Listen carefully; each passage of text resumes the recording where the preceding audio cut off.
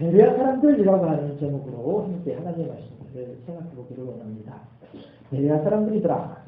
오늘 성경에서 하시는 말씀이 베레아 사람들은 더 너그럽더라 이렇게 나와있죠. 너그럽다라고 하는 말의 의미가 뭐겠습니까? 마음이 넉넉하다라고 하는 뜻이 되겠죠.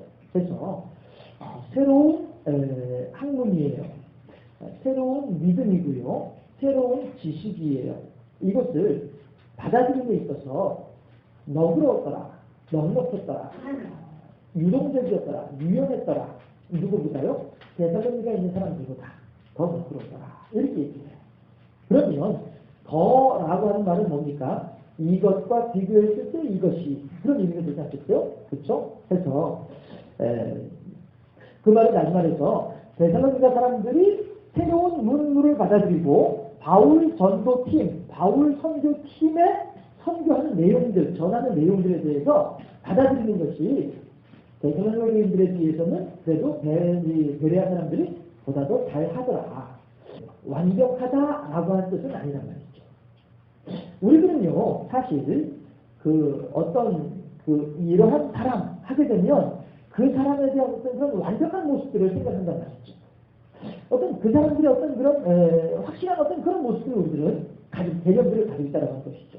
그런데 여기서 완벽하다라고 하는, 여기서 더 너그럽다라고 하는 말은요, 데살로니가 사람들보다는 그래도 조금 더 낫다라고 하는 뜻이지, 베레아 사람들이 완벽하게, 완전하게 좋다, 이건 아니란 말이에요. 그 증거를 어떻게 할 수 있냐면요, 데살로니가에서도 바울 선교팀은 쫓겨나왔어요. 그렇죠. 밤에 몰래 도망 나오듯이 이렇게 나왔었죠. 왜냐하면 그 지역에 살고 있는 사람들이 워낙에 바울 선교팀에 대한 박해가 심했기 때문에 도망 나오다시피 쫓겨나왔단 말이에요. 그런데 지금 그 데살로니가에 있던 사람들이 베레아에까지 쫓아와서 여기서 또다시 베레아 사람들한테 야 바보들아 너희들이 왜 지금 바울이라고 하는 사람을 너희 동네에 계속 머물게 하는 거야. 얼른 쫓아내! 라고 했더니 베레아에 있는 사람들도 바울 선교팀을 향하여서 반기를 들었잖아요. 데살로니가 사람들도 바울을 일행을 쫓아냈고 베레아 사람들도 바울 일행을 쫓아내고 있다는 말씀이에요. 하기 때문에 베레아 사람들은 보다 더 너그러웠을 뿐이지 완벽하게 너그러운 사람들은 아니더라 라고 하는 우리가 생각할 수 있어야 되겠다라고 하는 것이죠. 데살로니가에는 뭐 믿는 사람 없었나요? 데살로니가에 유력한 사람들은 뭐 믿지 않았던가요? 베레아 사람들도 마찬가지로 오늘 본문에 보게 되면요, 12절 13절 보게 되면 많은 사람들이, 많은 귀부인들이 믿었단 말이에요. 그럼에도 불구하고 데살로니가에서 있었던 상황이 똑같이 베레아에서도 있더라라고 하는 거예요. 그래서 베레아 사람들이 보다 더 너그럽더라라고 하는 말은 우리가 얼른 생각할 때 100% 완전한 이 아니고 데살로니가 사람들에 비해서 조금 더 이렇게 우리가 생각하는 것이 합당하다는 것입니다. 그랬을 때에 우리 흔히 하는 말로 이런 말 있죠? 내가 하면 노는 쓰고 남이 하면 불리고 이런 말도 우리 이거 흔히들 하죠? 이게 참 위험한 내용이라고 하는 것입니다. 왜냐하면 탈무드라고 하는 유대인의 지혜서라고 하는 탈무드에서 선의 개념, 착할 선자, 선의 개념을 무엇이라고 이야기하냐면은 같이 한번 읽어보실까요? 시작. 내가 하기 싫은 일을 억지로 남에게 시키지 않는 것. 이게 선이라는 말씀이에요. 선이라고 하는 것이 그 사람에게나 내게나 동일하게 적용해야만 하는 기준이 선이라고 한다면, 마찬가지로 다른 사람에 대해서도 내게 관대한 만큼 다른 사람에게도 관대해야만 하는 거예요. 마찬가지로 똑같은 개념으로요, 다른 사람에게 엄격하기 위해서는 나 자신에게도 엄격해야만 한다는 것이죠. 그런데 우리들은 간혹 이 관계를, 이 어떤 순서들을 제대로 알지 못하고서 나는 그냥 뭐 이렇게 하면서도 불구하고 다른 사람에 대해서는 저런 수준을 요구하는 그런 모습들이 있더라 하는 것입니다. 그러니까 하나님께서 뭐라고 말씀하세요? 내 눈에 들보는 못 보면서 형제의 눈에 티는 보고 있느냐라고 하는 말씀을 하시는 것이 그래도 그렇다는 것이죠. 다시 말해서 남의 눈에 티가 있다라고 지적하는 그 지적을 잘못했다라는 이야기하는 것이 아니고요. 우선 너부터가 너의 눈에 들보를 빼어내고 그 다음에 남의 눈에 티를 이야기하는 것이 순서이다라고 하는 것을 예수님께서 말씀하신 것이죠. 그래서 우리들은요, 이 잣대가 공평해야만 하겠다라고 하는 거예요. 나에게 들이대는 잣대나 그 사람에게 들이대는 잣대나 똑같아야 되겠다는 것이죠. 이렇게 할 때에 이것이 선이요, 이것이 사랑이요, 이것이 관용이다라고 하는 것이죠. 나한테는 흐지부지 하면서 다른 사람들한테는 엄격하게 하는 이런 것들은 이중잣대이다라고 하는 것입니다. 그래서 그런 이중잣대에 대해서는 글쎄요, 어느 누가 과연 사람들이 이중잣대를 가지고 이야기를 할 때 그거에 대해서 수용을 하고 인정을 하고 받아들일 수 있겠는가라고 하는 것입니다. 그래서 우리들은요, 나에게도 물론이고 다른 사람들에게도 마찬가지로 그러한 모습들을 우리들이 보여줄 수 있어야 되겠다라고 하는 것입니다. 우리 사람과 사람과의 관계가 힘들어지는 이유 가운데 많은 부분들이 여기에 있다라고 하는 것이죠. 비록 베레아 사람들은 보다 더 너그러웠지만 그렇다고 해서 완벽하게 너그러웠던 것은 아니었다라고 하는 이 사실을 우리가 생각을 해보면서 그렇다고 한다면 베레아 사람들과 데살로니가 사람들 과연 이들은 하나님 앞에서 어떠했었던가라고 하는 것입니다. 우리들이 얼른 생각을 할 때 그래 그만큼 부족해? 그만큼 허물이 있어? 그러면 안 되는 거 아니야? 과연 예수님께서 하나님께서 그렇게 하시더냐라고 하는 것입니다. 아니잖아요.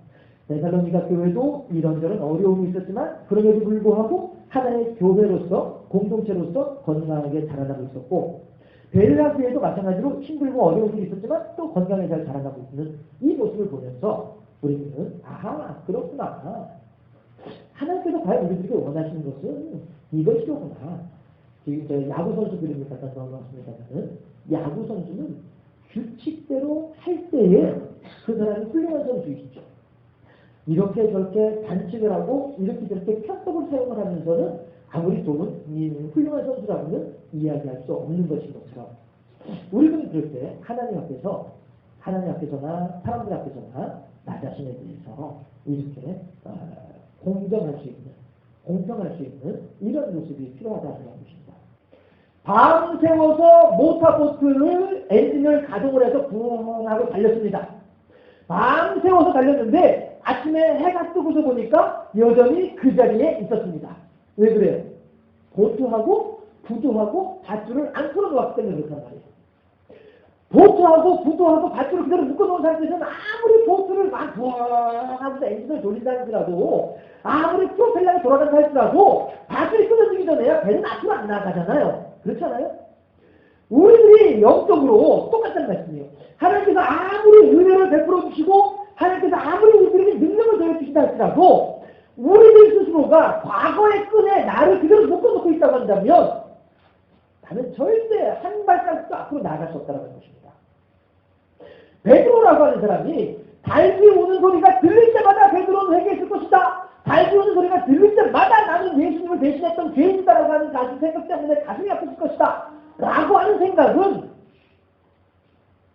베드로의 그 이후의 행적을 보자면 조금 다르게 생각해야 될 부분이 아닌가 하는 것입니다.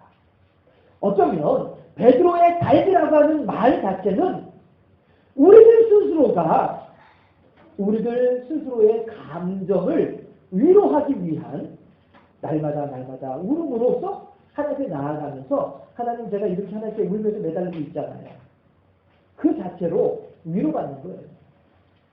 다시 말씀드릴게요. 그 집사님이 그 당시에 그 집사님이 그런 신앙이었다라고 단정짓지 못하지만 적어도 성장하지 못하고 매일같이 반복되는 상황이라고 한다면 그럴 수 있다라는 것입니다.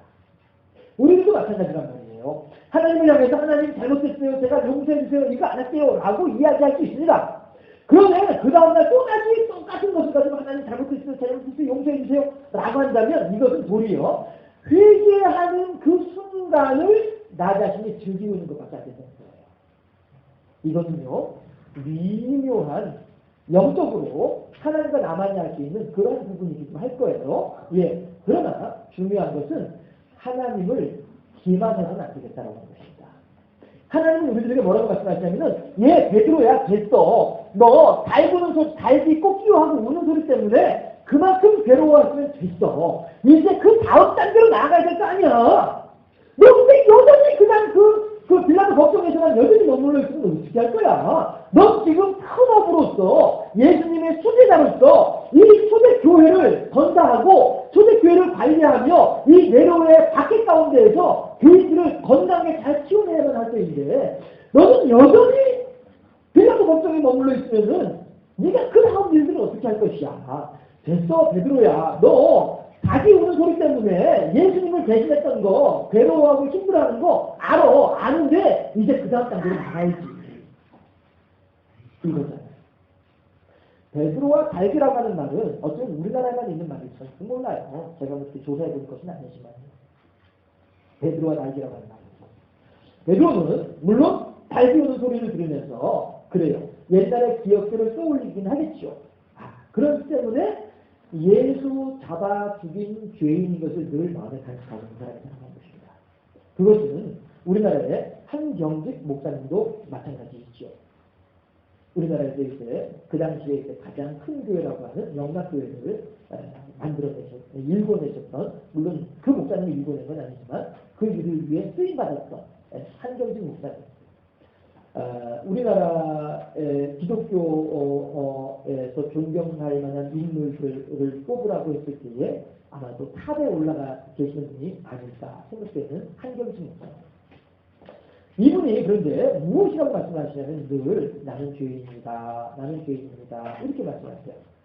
템플턴상을 받고서 유엔 평화상이라고도 이야기할 수 있는 템플턴상을 이제 받아가지고서 한국에 돌아왔을 때에도 그 템플턴상 받은 것에 대해서 환영하는 파티가 이제 벌어졌는데 그 자리에서도 이 목사님이 인사말을 하시면서 참 저는 죄인임에도 불구하고 하나님께서 이렇게도 은혜를 베풀어 주시니 너무 감사합니다. 라고 하면서 당신이 죄인인 거에 대해서는 늘 잊지 않고 지내셨어요. 한경진 목사님이 무슨 죄를 지었을까? 신사참배하셨어요. 평양에 계실 때 평양에 있는 영락교회를 강림하고 계실 때에 신사참배를 하셨어요. 그런데 이분은 그 신사참배했던 그 일 때문에 평생을 죄인으로 사신 분이 그분이란 말씀이에요. 그런데 그로 말미암아서 평생을 죄인으로 사셨음으로 말미암아 그분은 보다 더 겸손할 수 있었고 보다 더 하나님 앞에 신실해질 수 있었고 보다 더 사람들 앞에서 낮아질 수 있었기 때문에 그렇기 때문에 더 많은 일들을 감당할 수 있었다. 이렇게 이제 사람들은 평가를 하고 있는 것이죠. 그러니까 결국 한경직 목사님의 신사참배의 경험은 도리어 한경직 목사라고 하는 게 한 사람을 한국 교회를 위해서 더 크게 사용하기 위한 하나의 과정이었더라. 이렇게 바라보는 것이 더 맞는 얘기지 않나 싶습니다.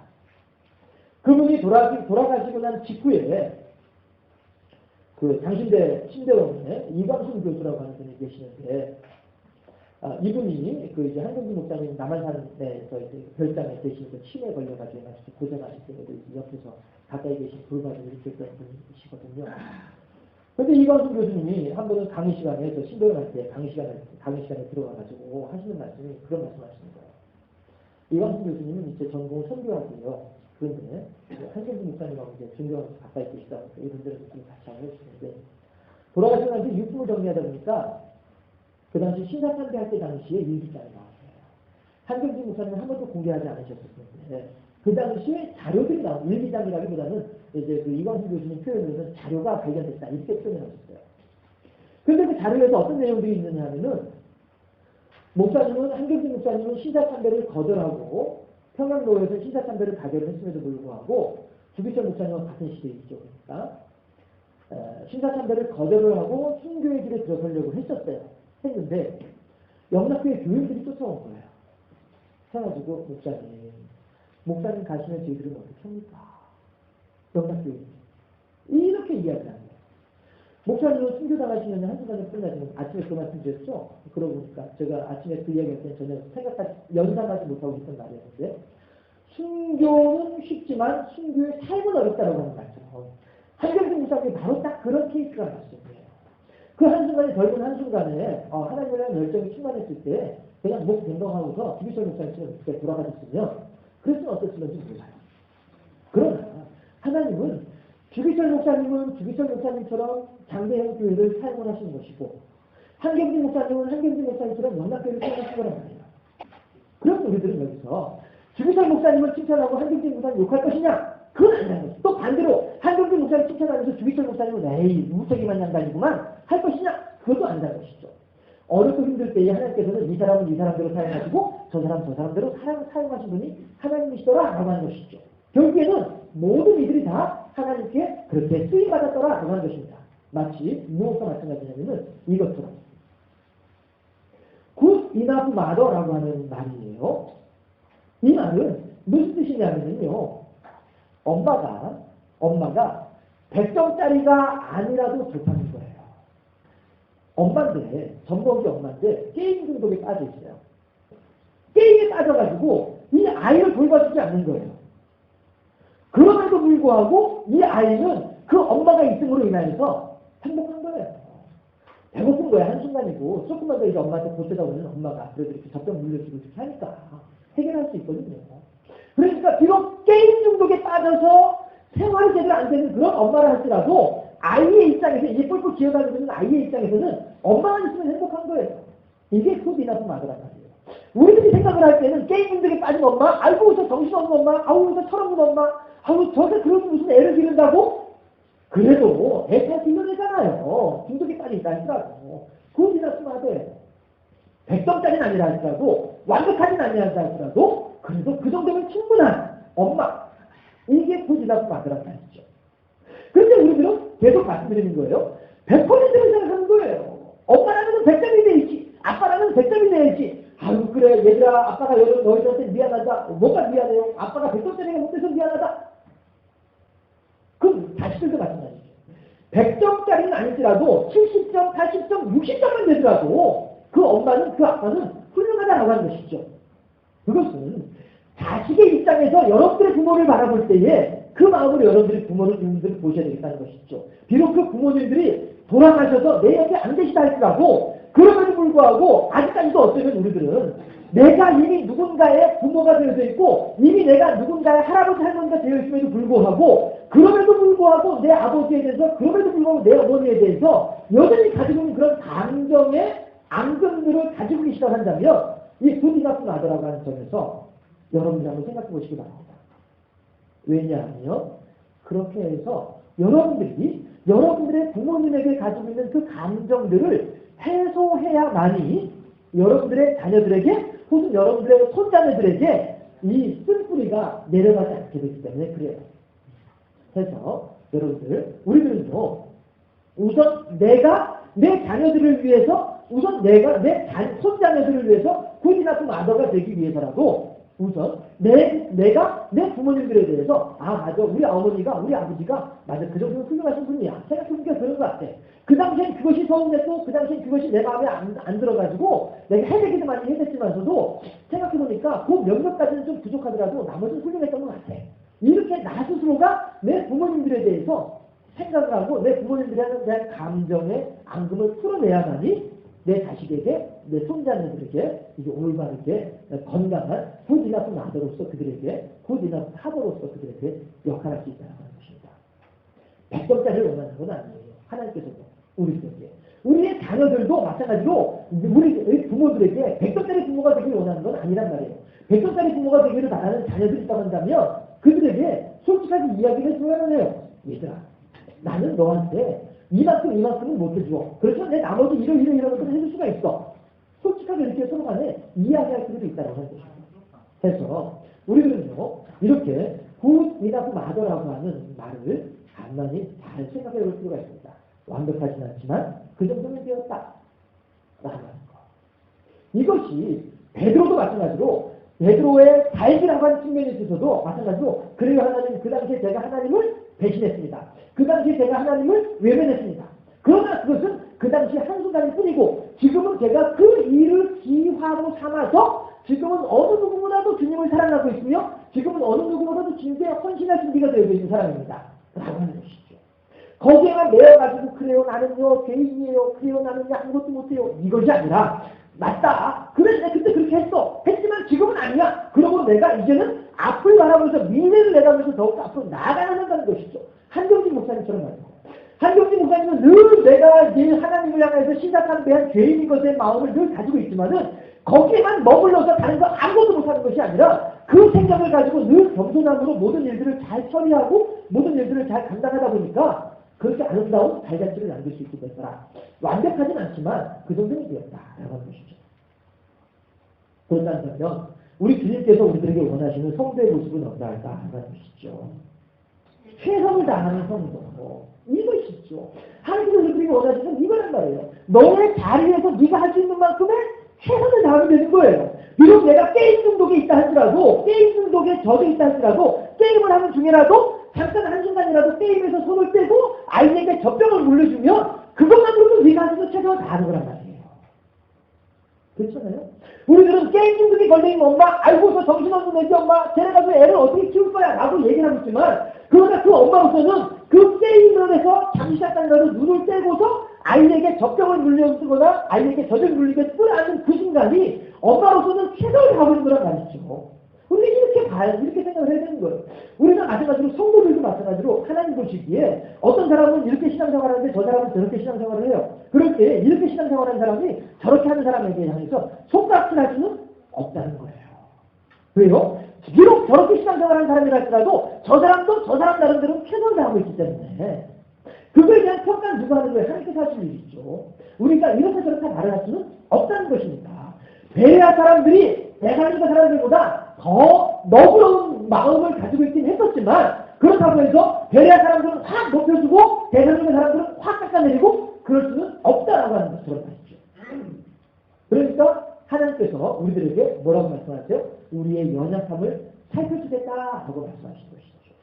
너의 힘으로는 마귀의 권세를 이길 수 없지만 예수가 십자가를 통해서 마귀의 권세를 이겼으니까 너희들은 십자가를 믿기만 해라. 그러면 너희들도 마찬가지로 줄줄줄줄 이렇게 줄줄이 사탕 딸려가듯이 그렇게 너희들도 구원받을 수 있으니까 얼마나 쉬우냐. 하나님께서 우리에게 하신 말씀입니다. 그래서 다 같이 읽어보실까요? 시작. 하나님께서 우리들에게 하신 말씀이에요. 예, 이것도 한번 읽어보실까요? 시작. 한 번 더. 이거는요. 애썼다. 이거예요. 얼마큼 했니? 예, 요만큼 했어요. 전체 각이랑 5고랑 있는 중에서 2고랑 했어요. 그래, 수고했다. 아, 고생했다. 예, 그래. 비도 왔는데, 바람도 많이 불고 했는데, 모래 건지도 네 눈에 많이 지나고 했을 텐데, 그래도 2고랑이나 했지 않을까? 참 수고했다. 그래, 애썼다. 이게 하나님의 말씀입니다. 우리들을 향한 하나님의 위로합니다라는 것입니다. 베레아 사람들이요? 어떤 사람들이었었어요? 날마다 성경을 참고하는 사람들이었었어요. 예. 그래서 대사로니가 사람들보다 더 너그러운 사람이다라고 인정받을 수 있었던 것이 이것이었었어요. 베레아 사람들이 완벽해서 인정받은 것이 아니라 대사로니가 사람들보다는 조금 더 성경에 대해서 대사로니가 사람들보다는 조금 더 열심히 연구했던 사람들이 베레아 사람들이었단 말이에요. 마찬가지로 우리들도 우리들의 믿음의 선한 싸움의 현장 가운데에서 우리들은 어떻게들 지내고 계십니까? 과연 하나님께서 우리들이 하는 모습을 보면서 그래 수고한다. 많이 쓰고 있네. 이렇게 평가하실까요? 아니면 게으른 자여 라고 평가하실까요? 이렇게 여러분들에게 질문을 던지게 되면 또다시 우리들은 이제 그 완벽주의 쪽으로 흘러갈 수밖에 없는 그런 모습일 수 있겠습니다만은 그런 한 가지 분명한 것은 우리들이 할 수 있는 최선을 가지고 하나님께 나아간다고 한다면 우리들의 선한 싸움의 현장에서 우리들이 할 수 있는 최선으로 하나님께 나아간다고 한다면 하나님께서는 그러한 우리들을 향해서 그래 수고 많다. 많이 쓰는구나. 그래 알았다. 내가 너 위로해줄게. 하신다는 것이죠. 많은 것을 남겨서 많은 것을 가지고서 하나님께 기쁘시게 해드리는 것이 아니라 우리들이 할 수 있는 최선의 것을 가지고 하나님을 영원롭게 할 수 있는 베레아 사람들처럼 말입니다. 완벽하지 못할지라도 할 수 있는 최선을 다하는 그러한 하나님의 사랑으로 참고 충성된 정으로 세워지는 우리 모두가 되어줄 수 있기를 주님의 이름으로 축원합니다. 기도하겠습니다.